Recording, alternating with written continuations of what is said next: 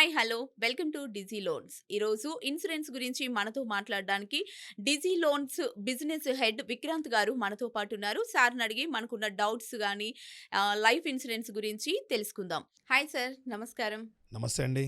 Sir, ఇప్పుడు మామూలుగా అందరు లైఫ్ ఇన్సూరెన్స్‌లు చేపించుకుంటున్నారు. తెలిసో తెలవకనో అందరికీ, అంటే ఇప్పుడు మీలాంటోళ్ళు, మనలాంటోళ్ళు మనకు తెలుసు ఏంటి, ఎట్లా అనేది తెలిసి చేపించుకుంటారు. కొందరేందంటే అయ్యో! చేపించుకోవాలి, రేపు నాకేదన్నా అయినా ఏంది అనే ఒక ప్రాసెస్‌లో ఎళ్ళిపోతున్నారు తప్ప, అసలు లైఫ్ ఇన్సూరెన్స్ అంటే ఏమిటి అని తెలవనోళ్ళు చాలామందున్నారు సార్. వాళ్ళ కోసం మీరు తెలియజేయాలి ఇప్పుడు. సి లైఫ్ ఇన్సూరెన్స్ అంటే జీవిత బీమా పథకం అంటారు దీన్ని. సో, ఇది సింపుల్ వర్డ్స్‌లో చెప్పాలి అననంటే ఒక ఇన్సూరెన్స్ కంపెనీకి మరియు ఒక పాలిసీ హోల్డర్‌కి మధ్య జరిగే ఒక అగ్రీమెంట్ అండి. Okay sir. అంటే దీన్ని ఎట్లా చూడొచ్చంటే, ఇప్పుడు నాకు సంబంధించి నేను ఇన్ష్యూర్ అవుతాను. నా మంచి చెడు టైంలో నా నేను మంచిగున్న టైంలో నేను ఇన్ష్యూర్ అవుతాను. ఓకే. నా చెడు టైంలో మీరు నన్ను, నా కుటుంబాన్ని కాపాడుకోండి అని ఇన్సూరెన్స్ కంపెనీకి మామూలు మన వాడుక భాషలో చెప్పాలంటే ఒక అర్జీ పెట్టుకున్నట్టు ఓకే. Policy holder. ఇది ఎట్లా ఉంటుంది అనంటే, ఇప్పుడు జనరల్లీ మీకు ఇన్సూరెన్స్ కంపెనీ ఎట్లా చేస్తుంది అనంటే ఎవ్రీ మంత్ మీ దగ్గర నుంచి ఒక ప్రీమియం అనేది కలెక్ట్ చేస్తుంది. ప్రీమియం అంటే మంత్లీ కావచ్చు, సంవత్సరానికి వార్షిక ప్రీమియం కావచ్చు, మంత్లీ ప్రీమియం కావచ్చు. రెండిట్లో ఏదో రకంగా మీ దగ్గర నుంచి, అంటే పాలసీ హోల్డర్ దగ్గర నుంచి, ఎవరైతే పాలసీ హోల్డర్ ఉంటారో వాళ్ళ దగ్గర నుంచి ఇన్సూరెన్స్ కంపెనీ అనేది మనకు బీమా, అంటే నిర్ణీత బీమా, అంటే దానికి ప్రీమియం ఎంత అయితే ఉంటుందో ఆ ప్రీమియం అనేది వాళ్ళు మనకు ఇంత డిసైడ్ చేస్తారు. అది మంత్లీయా, క్వార్టర్లీయా, హాఫ్ ఇయర్లీయా, ఇయర్లీయా అనేది మళ్ళీ మన పైన డిపెండెంట్ ఉంటుంది. ఆ వెసులుబాటు కూడా ఇన్సూరెన్స్ కంపెనీ మనకి ఇస్తుంది. సో అట్లా ప్రీమియం పేమెంట్ చేసుకుంటా వెళ్ళడము, అట్లా ప్రీమియం పేమెంట్ చేసుకుంటూ వెళ్ళిన తర్వాత, అంటే ఇక్కడ ఏం చెప్తారు అంటే రిస్క్. ఇన్సూరెన్స్ భాషలో మామూలుగా మనం ఏమంటాము, డెత్ అంటాం, కానీ ఇన్సూరెన్స్ భాషలో రిస్క్ అంటారు దాన్ని. రిస్క్ అంటే రిస్క్ మైట్ బి, అంటే రిస్క్ రెండు రకాలు ఉంటుంది, పార్షల్ లేదా పర్మనెంట్. పార్షల్ అంటే ఇప్పుడు ఒకవేళ గనక తనకు కాళ్ళు చేతులకు ఏదైనా ఇబ్బందులు అయ్యి, బాడీలో ఏదైనా పార్ట్స్, కాళ్ళు చేతులు, బాడీలో ఏదైనా పార్ట్కి ఇబ్బంది అయ్యి అవి ఇంకా పని చేయవు, కానీ పని చేసే ఆస్కారం ఉంది, కానీ చాలా రోజుల తర్వాత, అంటే కొంచెం ట్రీట్మెంట్ తర్వాతనో ఇంకో తర్వాతనో పని చేస్తాయి అని అనిపించింది అని అంటే దాన్ని పార్షల్ డిజేబిలిటీ అంటారు. పర్మనెంట్ అంటే ఇంకా అది ఎట్లా ఉంటుంది అని అంటే, ఇంకా మనిషి జీవితంలో ఎప్పుడు కోలుకోలేడు.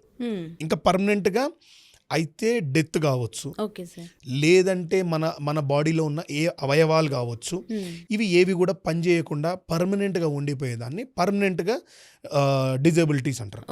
సో ఇట్లా పర్మనెంట్ అండ్ పార్షల్గా అయినప్పుడు ఈ ఏదైతే బీమా కంపెనీ ఉంటుందో, అంటే ఇన్సూరెన్స్ కంపెనీ ఉంటుందో, ఈ ఇన్సూరెన్స్ కంపెనీ మన ఎవరైతే పాలసీ హోల్డర్ ఉంటాడో ఆయనకు ఏదైతే ఇన్సూర్డ్ అమౌంట్ అంటారు దాన్ని.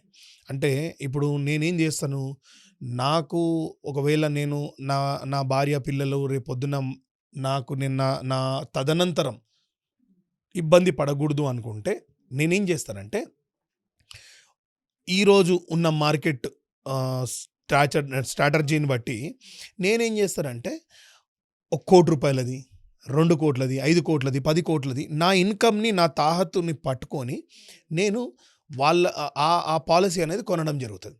ఇక్కడ ఈ పాలసీ కొన్నప్పుడు ఏమవుతుంది అని అంటే, ఈ పాలసీకి సంబంధించి దాన్ని ప్రోస్ అండ్ కాన్స్ అంటారు. అంటే దాని మంచి చెడులు, దానికి సంబంధించిన ఏదైనా సరే, రేపు రిస్క్ జరిగితే ఇలాంటివి ఉంటేనే నేను ఇస్తాను, లేదా ఇలాంటివి జరిగితేనే నేను ఇస్తాను, లేదా ఇది జరిగితే మాత్రమే నేను ఇస్తాను అని కొన్ని కండిషన్స్, టర్మ్స్ అండ్ కండిషన్స్ అంటారు కదా. ఈ టర్మ్స్ అండ్ కండిషన్స్ మనకు ఇన్సూరెన్స్ కంపెనీ నుంచి పెడతాయి. పూర్వం మీరు చూసుకున్నట్టయితే, ఇప్పుడు నార్మల్లీ బిఫోర్ కోవిడ్తో చనిపోతే మనకు ఎక్కడ కూడా ఇన్సూరెన్స్ కంపెనీలు అనేది మనకి ఎక్కడ ఇన్సూరెన్స్ పాలసీలో జత చేయకుండా, ఎందుకంటే అప్పటి కోవిడ్ అనేది ఎవరికి తెలియదు కాబట్టి ఏదైతే మనకు ఇన్సూరెన్స్ కంపెనీ కోవిడ్ని జత చేయకుండా ఉండేది. కానీ ఆ టైంలో, కోవిడ్ టైంలో చనిపోయిన వందలు వేల లక్షల మంది మనకు ఎంతోమంది కోట్లాను కోట్ల రూపాయల ఇన్సూరెన్స్ పాలసీలు వాళ్ళు తీసుకోవడం జరిగింది. కానీ ఎక్కడ గూడా వాళ్ళకు చాలామందికి 99% మందికి కూడా అది వర్తించలేకపోయింది. రీజన్ ఏంటి అనంటే ఒకటే సింపుల్. కోవిడ్ మహమ్మారిని అక్కడ ఇన్సూరెన్స్ కంపెనీ అనేది వాళ్ళ దాంట్లో జత చేయకపోవడం వల్ల. సో ఇట్లా ఏంటి అనంటే కొన్ని ప్రీ డిఫైన్డ్ అంటే కొన్ని నిర్ణీత కొన్ని జబ్బులు కావచ్చు, కొన్నిటికి సంబంధించిన ఈ రకమైన మరణాలు కావచ్చు సంభవించినప్పుడు ఈ బీమా కంపెనీ ఏదైతే ఇన్సూరెన్స్ కంపెనీ ఉంటుందో ఆ కంపెనీ అనేది క్లెయిమ్ టైంలో వాళ్ళకు సపోజ్ ఇప్పుడు ఒక హెవీ డ్రింకర్ ఉన్నాడు, అవును సార్. హెవీ స్మోకర్ ఉన్నాడు. సో ఈ వీళ్ళకి ఏమవుతుంది అంటే ముందే కంపెనీ అడుగుతుంది ఇన్సూరెన్స్ చేసుకునే టైంలో, are you a drinker, are you a smoker, మీకు ఇంకేదైనా చెడు అలవాట్లు ఉన్నాయా అని అడుగుతుంది. రీజన్ ఏంది అనంటే ఒకవేళ డ్రింకరు స్మోకరు అయితే దానికి ఇంకో రకమైన పాలసీ, దానికి ఇంకో రకమైన టర్మ్స్ కండిషన్స్ పెట్టి ఇన్సూరెన్స్ కంపెనీ అనేది తన ఇన్సూరెన్స్ పాలసీని ఇవ్వడం జరుగుతుంది. ఒకవేళ ఎవరైనా కస్టమర్లు ఇట్లా పాలసీ హోల్డర్లు ఏం లేదు నేను చాలా క్లీన్ ఉన్నా అంటారు. అవును సార్, చెప్తారు సార్. అందరు నిజం ఏం చెప్పరు సార్. అందరు తాగుతారు కానీ తాగననే చెప్తారు. సో అక్కడ ఏమవుతుంది అనంటే ఈ ఇన్సూరెన్స్ కంపెనీ గనక మనము మోసం చేస్తే అంటారు కదా, డాక్టర్ల ముందు లాయర్ల ముందు అబద్ధాలు ఆడొద్దు. అవును, ఎస్ సార్. లాయర్లే కాదు, ఇన్సూరెన్స్ కంపెనీల ముందు కూడా అబద్ధాలు ఆడొద్దు. సో ఏదైతే మనము ఇన్సూరెన్స్ కంపెనీ ముందు అబద్ధం ఆడడం జరుగుతుందో అప్పుడు మన రిస్క్ జరిగినప్పుడు, ఇప్పుడు మనము ఇన్సూరెన్స్ తీసుకునే దేనికోసం అండి, మన తదనంతరం మన ఫ్యామిలీ ఇబ్బంది పడకుండా ఉండాలి. ఉండడానికి. అవును. సో మన తదనంతరం మన ఫ్యామిలీ ఇబ్బంది పడకుండా ఉండాలి అని అంటే మీరు మన దగ్గర ఉన్న మంచి చెడు మనకున్న అలవాట్లను చెప్పుకోవాలి కదా. చెప్పకుండా మీరు వాటిని దాచిపెట్టినారు అనుకోండి, అప్పుడు ఏమవుతుంది అనంటే ఇన్సూరెన్స్ పాలసీ క్లెయిమ్ టైంలో ఏదైతే మన రిస్క్ జరిగినప్పుడు క్లెయిమ్ టైంలో అప్పుడు కంపెనీ కూడా అంటది, బస్ నిజంగా ఒకవేళ యాక్సిడెంట్ డెత్ అనుకోండి, ఒకవేళ రోడ్డు పైన పోతుంటే యాక్సిడెంట్ అయింది చనిపోయిండ్రు అనుకోండి, అప్పుడు ఏమంటది, అరే సరే వాస్తవానికి నా తప్పు లేదు, కానీ మందు దాగో సిగరెట్ దాగో చనిపోయింది అనుకోండి, అసలు నువ్వు నాకు ఈ విషయమే చెప్పలేదు, నేను ఈ పాలసీలో నేను దానికి సంబంధించిన దానికి టర్మ్స్ అండ్ కండిషన్సే పెట్టలేదు, మరి నువ్వు నన్ను ఎట్లా క్లెయిమ్ అడుగుతున్నావు అని చెప్పి రేపు ఇన్సూరెన్స్ కంపెనీ కూడా వచ్చి అడుగుతుంది. సో అందుకే ఇప్పుడు ఉన్న సిచ్యువేషన్లో మ్యాక్సిమం ఇన్సూరెన్స్ కంపెనీలు ఏం చేస్తున్నాయంటే మెడికల్ చెకప్స్ కోసం పంపిస్తాయి. మెడికల్ చెకప్స్లో మనం ఎంత దాచుకున్నా మెడికల్ చెకప్లలో అయితే ఏదో ఒక టెస్ట్లో అంటే అది దగ్గర ఒక 28-30 రకాల టెస్టులు చేస్తారు. ఒక మనిషికి ఇన్సూరెన్స్ ఇచ్చేటప్పుడు 28-30 రకాల టెస్టులు చేస్తారు. ఎట్లా, నిజంగా ఈయనకు షుగర్ ఉందా, బీపీ ఉందా, సిగరెట్ తాగుతాడా, మందు తాగుతాడా, లేకపోతే ఇంకేమైనా వ్యాధులు ఉన్నాయా, దీర్ఘకాలిక వ్యాధులు ఉన్నాయా, లేదు అంటే నార్మల్ డిసీజెస్, క్రానిక్ డిసీజెస్ కానీ నార్మల్ డిసీజెస్ కానీ ఏమైనా ఉన్నాయా అని చెప్పేసి మెడికల్స్ చేపించడం జరుగుతుంది. సో మెడికల్ టెస్ట్ అయితే ఎవరు తప్పించుకోనికి ఆస్కారం లేదు. మన రక్తం మనం ఏమైతే చేస్తామో అన్నీ మన రక్తంలో తెలిసిపోతాయి. సో మన రక్తంలోనూ తెలిసిపోయిన వెంటనే మనకు వాళ్ళు టెస్టులు చేసినప్పుడు ఏవైతే ఈ టెస్టులలో బయటపడతాయో దాన్ని బట్టి ఈ పర్సన్కి ఇన్సూరెన్స్ ఇవ్వచ్చా ఇవ్వకూడదా, ఇస్తే ఎలాంటి టర్మ్స్ అండ్ కండిషన్స్ పెట్టి ఇవ్వాలా, లేదు ఇవ్వకపోతే మేము ఎందుకు ఇవ్వట్లేము అనేది కూడా క్లారిటీ అప్ఫ్రంట్ చెప్పేస్తుంది ఆ ఇన్సూరెన్స్ కంపెనీ. సో ఆ ఇన్సూరెన్స్ కంపెనీకి సంబంధించిన టర్మ్స్ కండిషన్స్ మనం అన్నీ ఓకే అనుకుంటే అప్పుడు మనము ముందుకెళ్ళొచ్చు. అప్పుడు మనం తీసుకునే ఇన్సూరెన్స్ పాలసీ కూడా మనకు వర్తిస్తుంది. ఎందుకంటే మనము తీసుకునేది ఏదైనా ఇన్సూరెన్స్, ఇప్పుడు మనం తీసుకునే ఇన్సూరెన్స్ మన గురించి కాదు, మన వెనకున్న వాళ్ళ గురించి, మన వెనకున్న మన కుటుంబం గురించి, మన తల్లిదండ్రులు కావచ్చు, మన భార్య పిల్లలు కావచ్చు, ఎవరైనా కావచ్చు, మన మీదున్న డిపెండెంట్స్ గురించి తీసుకుంటాం. సో ఆ ఇన్సూరెన్స్ అనేది మనము మన డిపెండెంట్స్ గురించి తీసుకుంటున్నప్పుడు మన డిపెండెంట్స్ ఇబ్బంది పడకుండా మనము వాళ్ళకు క్లెయిమ్ అనేది చేయించడం మన ప్రైమా ఫేసి అంటే మన ప్రథమ బాధ్యత. సో మీరు మన ప్రథమ బాధ్యతను మీరు మర్చిపోయి మీరు అక్కడ దాచిపెట్టడాలు అవన్నీ చేస్తే ఇన్సూరెన్స్ క్లెయిమ్ టైంలో వాళ్ళకు కూడా ఇబ్బంది అవుతుంది. సో ఇన్సూరెన్స్ అనేది జనరల్గా ఒక ఇన్సూరెన్స్ కంపెనీకి ఒక అంటే పాలసీ హోల్డర్కి మధ్యలో జరిగే ఒక కాంట్రాక్ట్. గట్టిగా మాట్లాడితే ఒక కాంట్రాక్ట్ టైప్. అంతే సార్. నేను మంచిగా ఉన్న రోజులలో నీతో కాంట్రాక్ట్ చేసుకుంటున్నా, నాకు ఇబ్బంది అయ్యి నేను చనిపోయినప్పుడు మీరు మా ఫ్యామిలీకి చూసుకోండి. కథం ఇంతే. ఇది మన వాడుక భాషలో అండి. ఓకే. అయితే సార్ ఇప్పుడు ఈ లైఫ్ ఇన్సూరెన్స్లు అనేవి ఎన్ని రకాలుగా ఉంటాయి? ఇన్సూరెన్స్లు అంటే దగ్గర 4-5 రకాలు ఉంటాయండి. మనకు ఫస్ట్ రకం వచ్చేసి అందరికీ తెలిసిన రకం వచ్చేసి టర్మ్ ఇన్సూరెన్స్. టర్మ్ ఇన్సూరెన్స్ అనేది నథింగ్ బట్ టర్మ్ ప్లాన్ అంటారు దాన్ని. టర్మ్ ప్లాన్ అనేది నథింగ్ బట్ ఏముంటుంది అంటే మీకు ఇంత టైం వరకు, అంటే మీరు 10 ఏళ్ళు 20 ఏళ్ళు 30 ఏళ్ళు మీకు ఇంత నిర్ణీత సమయం ఉంటుంది. సో ఈ నిర్ణీత సమయం వరకు మీరు ఆ ఇన్సూరెన్స్ని ప్రీమియంని పే చేసుకుంటూ పోతుంటారు. ఐదర్ మంత్లీ కావచ్చు, క్వార్టర్లీ కావచ్చు, హాఫ్ ఇయర్లీ కావచ్చు, లేదు అనంటే పర్ యానం సంవత్సరానికి ఒకసారి కావచ్చు, ఎట్లనన్నా సరే మీరు ఆ ప్రీమియంని పేమెంట్ చేసుకుంటూ పోతుంటారు.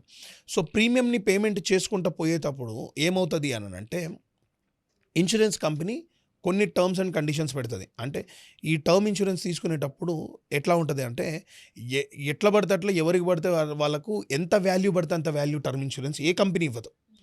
ఇప్పుడు నా జీతము 10,000 వస్తుంది అనుకోండి, నాకు 20 లక్షల టర్మ్ ఇన్సూరెన్స్ ఇవ్వమంటే ఇస్తుంది. 30 లక్షలు అంటే ఆలోచిస్తుంది. ఎందుకు అంటే నేను డౌన్ ద లైన్ ఏదైతే సంవత్సరం పొడవునా నా బీమా ఏదైతే ఉంటుందో నేను కట్టుకోవాలి కదా నా ప్రీమియం. ఇప్పుడు నా 10,000 జీతం వస్తుంది, నాకు సంవత్సరానికి ఒకవేళ 2 లక్షలు వచ్చింది అనుకోండి, సంవత్సరం 10,000 సంవత్సరం కంటేనే 1,20,000 తన మొత్తం యాన్యువల్ ప్యాకేజ్. యాన్యువల్ ప్యాకేజ్ 1,20,000 పెట్టుకొని 2 లక్షల రూపాయలు కట్టు అంటే 1,20,000 తను ఏం తినాలా, తను ఏం ఉండాలా, తను ఏం సేవ్ చేసుకోవాలా, తను ఇన్సూరెన్స్ పాలసీ ఎట్లా కట్టాలి. సో ఇన్సూరెన్స్ కంపెనీ కూడా మన జీతాన్ని బట్టి మనకు ఎంతైతే శాలరీ వస్తుందో ఆ శాలరీని బట్టి మనకు డిసైడ్ చేస్తుంది ఈయనకు ఇంత మాత్రమే ఇన్సూరెన్స్ పాలసీకి ఈయన ఎలిజిబుల్ అని. దాంట్లో ఏమవుతుంది అంటే మనకు టర్మ్ ఇన్సూరెన్స్లో తన డాక్యుమెంటేషన్ అంటే ఇన్కమ్ డాక్యుమెంటేషన్ తీసుకోవడం జరుగుతుంది. ఇన్కమ్ డాక్యుమెంటేషన్ తీసుకోవడం అంటే తనకు శాలరీడ్ అనుకోండి పే స్లిప్పులు తీసుకుంటారు, సెల్ఫ్ ఎంప్లాయిడ్ అనుకోండి తన ఐటీ రిటర్న్స్ తీసుకుంటారు. తీసుకొని ఎంత కడుతున్నాడు, తినకు ఎంత కావాలా, ఓకే, 1 కోటి రూపాయల, 50 లక్షల, 2 కోట్ల, 3 కోట్ల అనేది తను ఇన్సూరెన్స్ కంపెనీలు ఏం చేస్తాయంటే ఇంత నిర్ణయం చేసేసి వాళ్లకు సంబంధించిన ఏదైతే అంత ప్రీమియం ఉంటుందో ఆ ప్రీమియంను వాళ్ళ వెసులుబాటుతో కట్టుకోమని చెప్పేసి వదిలేయడం జరుగుతుంది. అయితే ఒకవేళ ఈ టర్మ్ ఇన్సూరెన్స్లో ఎట్లా ఉంటుందంటే ఒకవేళ సపోజ్ 10 ఏళ్లకు ఇన్సూరెన్స్ అయిపోయింది, పాలసీ మనము ఒక 30 ఏళ్ళు తీసుకున్నాం. ఇప్పుడు నా వయసు 35, నేను 30 ఏళ్ళ పాలసీ తీసుకున్నా అంటే నాకు 65 ఏళ్ళు వచ్చే వరకు నాకు పాలసీ వర్తిస్తుంది. 65 ఏళ్ళకు కూడా నాకేం జరగలేదు అనుకుందాం, రిస్క్ జరగలేదు, ఇన్సూరెన్స్ పాలసీ టర్మ్ పాలసీ అనేది ల్యాప్స్ అయిపోయినట్టే, మనకేం రిటర్న్స్ రావు దాంట్లో. అంటే ఎందుకంటే ఒకవేళ ఏదైనా రిస్క్ జరిగితే ఈ 30 ఏళ్లలో ఇప్పుడు నేను కట్టేది 1,00,000 రూపాయలు 2,00,000 రూపాయలు పక్కకు పెడితే నాకు 1,00,00,000 బెనిఫిట్ వస్తుంది. సో ఈ టర్మ్ ఇన్సూరెన్స్లో ఇది ఒక కండిషన్ అనమాట. సో మనము ఇన్ని సంవత్సరాలని మనం కట్టుకోవాలా, కట్టుకున్న తర్వాత ఒకవేళ ఇన్ని సంవత్సరాలు కట్టుకున్న తర్వాత ఇన్ని సంవత్సరాలు అని దాని పాలసీ మనకు కవరేజ్ ఉంటుంది. ఆ కవరేజ్ టైం లోపల గనక మనకేం జరగకపోతే ఏం కూడా రాదు. ఒకవేళ జరిగితే ఏమైతే డెత్ బెనిఫిట్స్ అనేది ఉంటాయో అవన్నీ మన ఏదైతే మన నామినీ ఉంటుందో వాళ్ళకు వచ్చేస్తుంది. రెండోది వచ్చేసి ఎండోమెంట్ ప్లాన్. ఈ ఎండోమెంట్ ప్లాన్ ఎట్లా ఉంటుంది అనంటే సింపుల్గా చెప్పాలనంటే ఈ ఎండోమెంట్ ప్లాన్లో మెచ్యూరిటీ బెనిఫిట్స్ అంటే మీకు ఇప్పుడు జనరల్గా చెప్తున్నా, ఈ టర్మ్ ఇన్సూరెన్స్లో ఏదైతే మనం 10 సంవత్సరాలు 20 సంవత్సరాలు కడతాం చూసినరా, ఇందులో ఆ 10 సంవత్సరాలు 20 సంవత్సరాలు కట్టిన తర్వాత రిస్క్ జరగలేదు అనుకోండి, ఆ పాలసీ ల్యాప్స్ అయిపోయినట్టే కదా. కానీ ఇక్కడ ఏమవుతుంది అనంటే ఈ పాలసీ 10 సంవత్సరాలు నేను తీసుకుంటే 11వ సంవత్సరం నాకు రిస్క్ జరిగినా నాకు రిస్క్ జరగకపోయినా అప్పుడు ఏమవుతుంది అనంటే ఆ రిస్క్ జరిగితే ఓకే, రిస్క్ జరగకపోతే దాన్ని మెచ్యూరిటీ అంటే ఈ పాలసీ 1,00,00,000 రూపాయల పాలసీ వాళ్ళేం చెప్తారంటే ముందే చెప్తారు. బస్ నీకు ఇది మెచ్యూర్ అయితే ఈ పాలిసీ నీకు 1,10,00,000 ఇస్తాం. 1,20,00,000 ఇస్తాం. లేదా 1,50,00,000 ఇస్తాం. అంటే ఇది పాలిసీ పైన డిపెండ్ అయితది. వాళ్ళ టర్మ్స్ అండ్ కండిషన్స్ పైన. సో, ఈ ప్రకారము వాళ్ళేందనంటే మనకు ఏదైతే నిర్ణీత ఇదుందో దాని ప్రకారం వాళ్ళు ఇవ్వడం జరుగుతుంది. సో, మూడోదొచ్చేసి హోల్ లైఫ్ ఇన్స్యూరెన్స్. ఈ హోల్ లైఫ్ ఇన్స్యూరెన్స్‌లో వచ్చేసరికి మనము ఈ హోల్ లైఫ్ ఇన్స్యూరెన్స్ ఎట్లుంటదంటే ఎంటైర్ సపోజ్ ఒక మనిషి 20 ఏళ్ళు బతకొచ్చు, 30 ఏళ్ళు బతకొచ్చు, 50 ఏళ్ళు బతకొచ్చు, 70 ఏళ్ళు బతకొచ్చు, 100 ఏళ్ళు కూడా బతకొచ్చు. ఎన్ని సంవత్సరాలు బతికితే అన్ని సంవత్సరాలు ఈ హోల్ లైఫ్ ఇన్స్యూరెన్స్ అనేది వర్తిస్తది. ఆ రోజు రిస్క్ జరిగిన రోజు అంటే ఏ రోజైతే డెత్ జరుగుతుందో ఆ రోజే బెనిఫిట్ అవుతుంది. అట్లా అని ఏమన్నా సూసైడ్‌లో అవి ఇవి కమిట్ చేస్తే అవ్వదు. సో, లేదా ఏదన్నా ఈ డబ్బుల గురించి కొంచెం మర్డర్‌లు అవి ఇవి చేస్తానంటే అట్లా కూడా అవ్వదు. మ్యాటర్ ఏంటంటే మనకు ఈ హోల్ లైఫ్ డెత్ బెనిఫిట్ అనేది ఓన్లీ మనకు జస్ట్ పర్సను న్యాచురల్ డెత్ లేదా యాక్సిడెంటల్ డెత్ అయితేనే ఈ ఇన్సూరెన్స్ అనేది కవర్ అవుతుంది. నెక్స్ట్ ఇంకొకటి వచ్చేసరికి రిటైర్మెంట్ ప్లాన్. ఈ రిటైర్మెంట్ ప్లాన్ అనేది ఎట్లా ఉంటుందంటేనండి, ఇప్పుడు జనరల్‌గా అందరూ అరే నేను చనిపోయిన తర్వాత మా వాళ్ళకి డబ్బులు రావాలా, నాకు చనిపోయిన తర్వాత డబ్బులు రావాలి. ఇక్కడ ఎట్లా ఉంటుంది అనంటే retirement plan is nothing but ఇప్పుడు నేను ఒక 40 ఏళ్ళు కష్టపడ్డా, నాకు చాలనుకుంటున్నా జీవితము. అప్పుడు నేను ఇన్సూరెన్స్ పాలసీలు మంచిగా కట్టేసిన. సో, ఈ ఇన్సూరెన్స్ పాలసీలు నేను మంచిగా కట్టేసిన తర్వాత సో, నేను 20 ఏళ్ళు కట్టినా, 30 ఏళ్ళు కట్టిన తర్వాత నా లైఫ్ స్పాన్ పక్కకు పెట్టేసేసి ఏదైతే ఇప్పుడు నా పర్టిక్యులర్ ఈ ఏజ్ తర్వాత నేను రిటైర్మెంట్ అవ్వాలనుకుంటున్నా. 50 ఏళ్ళు కావచ్చు, 60 ఏళ్ళు కావచ్చు, కొంతమంది 45 ఏళ్ళు కావచ్చు, ఏదైనా కావచ్చు. చాలు అని అనుకున్నప్పుడు ఈ రిటైర్మెంట్ ప్లాన్ అనేది ఏమవుతుంది అంటే మనం ఏదైతే నిర్ణీత సమయం పెట్టుకుంటామో అక్కడ మనకు రిటైర్మెంట్ బెనిఫిట్స్ అంటే లైక్ ఇప్పుడు చూడండి, మీరు గవర్నమెంట్ జాబ్ హోల్డర్ లేదని రిటైర్ అయిన అనుకోండి, డబ్బులు వస్తాయి అని అందరూ అంటారు, పెన్షన్ వస్తుంది అంటారు. సో, ఇదే రకమైన డబ్బులు పెన్షన్తో కలుపుకున్న ప్లాన్స్ అనేది ఇందులో ఉంటాయన్నమాట. సో, డబ్బులు రావడము, రిటర్న్స్ రావడము, ఎందుకంటే మనం తీసుకెళ్ళి కొంచెం లార్జ్ అమౌంట్‌లో డబ్బులు పెడతాం మనం. సో, ఈ లార్జ్ అమౌంట్‌లో డబ్బులు పెట్టినప్పుడు వాళ్ళు కూడా ఏం చేస్తారంటే ఒక దగ్గర ఇన్వెస్ట్మెంట్ పెడతారు. మన డబ్బులేమి ఇన్సూరెన్స్ కంపెనీలో ఊరికే దగ్గర పెట్టుకొని కూర్చో. సో, దాన్ని కూడా మల్టిప్లై చేయడానికి వీలైనంత వాళ్ళు కూడా చేస్తుంటారు. సో, ఆ ప్లాన్ ప్రకారం ఏదైతే వాళ్ళు ఇన్సూరెన్స్ కంపెనీస్ ఇన్వెస్ట్మెంట్లు అవి ఇవి చేసుకొని చేస్తారో సో, దాని ప్రకారం వాళ్ళు మనకు ఆ బోనస్లు బెనిఫిట్స్ అనేది ఇస్తూ ఉంటారు. సో, మనము 10 లక్షలు పెడితే మనకు ఒక 2 లక్షలు, 3 లక్షలు, 5 లక్షలు మనకు వన్ టైం లంసమ్ ఇచ్చి మిగిలిన ఒక 10 లక్షలకు లేదంటే ఇంకొక 5 లక్షలకు వాళ్ళు ఏం చేస్తారంటే మంత్లీ ఒక పెన్షన్ లాగా ఇస్తారు. సో, దానికి ఏమవుతుంది అంటే ఈ పెన్షన్ లాగా ఇచ్చినప్పుడు ఒక్కసారి ఇస్తే డబ్బులు నేను ఏదన్నా అంటే ఏదైనా ఇన్వెస్ట్మెంట్ చేయడానికో ఇంకో దానికో చేయొచ్చు, లేదా ఆ డబ్బులు ఎక్కడంటే అక్కడ ఎట్లా పడితే అట్లా ఇబ్బంది పడవచ్చు. కానీ ఏదైతే ఇప్పుడు మంత్లీ ఇస్తారో నాకు కూడా నెలసరి ఖర్చులు ఉంటాయి. నేను రిటైర్మెంట్ ప్లాన్ అంటేనే దాని గురించి అనుకుంటా కదా. సో, ఇప్పుడు గవర్నమెంట్ ఏదైతే ఇప్పుడు మనం పెద్దవాళ్ళు రిటైర్ అవుతారు జాబులలో, మన ఇండ్లలో గవర్నమెంట్ జాబ్స్ ఉన్న వాళ్ళు పెద్దవాళ్ళు ఉంటారు. రిటైర్ అయిన తర్వాత వాళ్ళు ఏమంటారు, నన్ను ఎవ్వరు చూడాల్సిన అవసరం లేదు, నా గవర్నమెంట్ నాకు ఇచ్చే బెనిఫిట్ చాలు, నా గవర్నమెంట్ మాత్రం నాకు ఇచ్చే బెనిఫిట్తో నన్ను పోషించుకోగలుగుతా అని వాళ్ళు చాలామంది చెప్తారు. ఎందుకు మా మదర్ కూడా గవర్నమెంట్ ఎంప్లాయే. సో, మా మదర్ కూడా అట్లే చెప్తుంటారు, ఏమంటే ఎవ్వరి బలం మీద నేను బతక, నాకు మీకు వస్తుంది ఇంకా మీకు ఇచ్చేదాన్ని తప్ప మీది నేనేం తీసుకోను అని చెప్తారు. సో, ఇట్లా వాళ్ళకి ఎట్లయితే గవర్నమెంట్ మనకు ఏదైతే రిటైర్మెంట్ బెనిఫిట్స్ ఇస్తుందో సేమ్ మనము ఈ రిటైర్మెంట్ ప్లాన్ తీసుకున్నాము అని అంటే దాని ద్వారా కూడా మనకు రిటైర్మెంట్ ప్లాన్ అనేది అమల్లోకి వచ్చి మనకు ఎప్పుడైతే మన నిర్ణీత సమయం ఎప్పుడైతే పెట్టుకుంటామో అట్ ది ఏజ్ ఆఫ్ 40 50 60 70 80 ఏదో ఒక ఏజ్ వరకు మనకు ఆ ఏజ్కి అది మెచ్యూర్ అయిపోయి అక్కడ నుంచి మనకు ఆ రిటైర్మెంట్ బెనిఫిట్స్ అనేది మనకు వర్తించి రావడం అనేది జరుగుతుంది. ఇంకా లాస్ట్ వచ్చేసరికి చైల్డ్ ప్లాన్ అంటారు. పిల్లల గురించి చైల్డ్ ప్లాన్ అంటేనే మీకు అర్థమైపోయి ఉండొచ్చు. పిల్లల గురించి ఎట్లా ఉంటుంది అంటేనండి, ఇక్కడ పిల్లలకు సంబంధించి సింపుల్ అండి, చాలామంది ఏం చేస్తారు, ఇప్పుడు ఒక ఒక ఒక సగటు మధ్యతరగతి పర్సన్ ఏం చేస్తాడంటే, నేను సంపాదించే నా 20,000, 30,000, 50,000, ₹1,00,000 నేను ఎంత కష్టపడి దాచిపెట్టినా, ఇప్పుడు ఈరోజు చూస్తే ఫీజులు ఆకాశాన్ని అంటుతున్నాయి. పిల్లలని చదివిపించాలంటే ఎంత భారం అంటే అంత భారం అవుతుంది. చిన్న చిన్న స్కూళ్ళల్లో కూడా లక్షల లక్షల ఫీజులు ఉంటున్నాయి. సో ఇట్లాంటి వాటి గురించి ముందే ఏం ఆలోచించేసి పేరెంట్స్ ఏం చేస్తారంటే, వాళ్ళ పిల్లలు స్కూలింగ్ అయితే మనం ఏదో ఒకటి చేసి చదివించుకోగలుగుతాం. కాలేజ్ వరకు ఇంకేదైనా చేసి చదివించుకోగలుగుతాం. ఇక గ్రాడ్యుయేషన్, పోస్ట్ గ్రాడ్యుయేషన్ ఇట్లాంటివి ఏమైతాయి అని అంటే కొంచెం మన మన మన తాహతుకు మించి భారం అయిపోతాయి.